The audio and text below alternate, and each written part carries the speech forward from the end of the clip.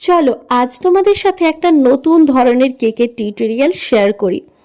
তো এই কেকটা একদম প্রথম আমি বানাচ্ছি। তো এই কেকটা প্রচুর ট্রেন্ডিং ফেসবুকে, প্রত্যেকে মনে হয় একবার করে বানিয়ে ফেলেছে, আমি বাদ ছিলাম। তো আমি বা বাদ যাই কেন, আমার কাছেও একটা খুব কিউট একটা কাস্টমার এই কেকটা অর্ডার করেছে।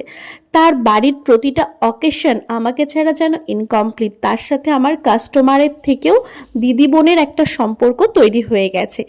তো চলো কেকটাকে আস্তে আস্তে আমি ফিনিশিং দিয়ে দিলাম।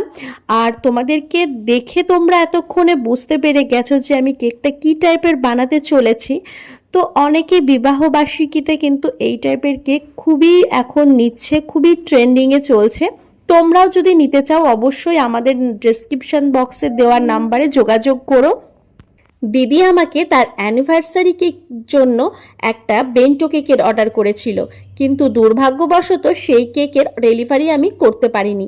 তারপর আবার তার মা বাবার অ্যানিভার্সারিতে একই বেন্টো কেকের অর্ডার করে, কিন্তু আবারও সেই সেম সমস্যার কারণে, পেপার কাটিংয়ের কারণে আমি কেকটাকে ডেলিভারি করতে পারিনি। তারপরে দিদি এই কেকটা পছন্দ করে আর আমাকে বলে যে উনি যেটা ভিডিওতে দেখেছিলেন তার থেকেও অনেক বেশি সুন্দর হয়েছে।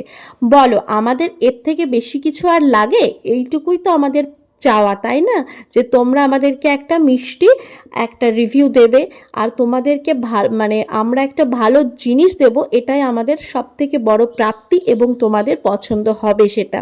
মোনালিসা বেকারি প্রতিটা অকেশনকে সুন্দর করে তোলে, তোমাদের জন্য আমি আছি আর তোমরাও আমার পাশে থেকো। আজকের মতো গুড বাই, টাটা, সবাই ভালো থেকো।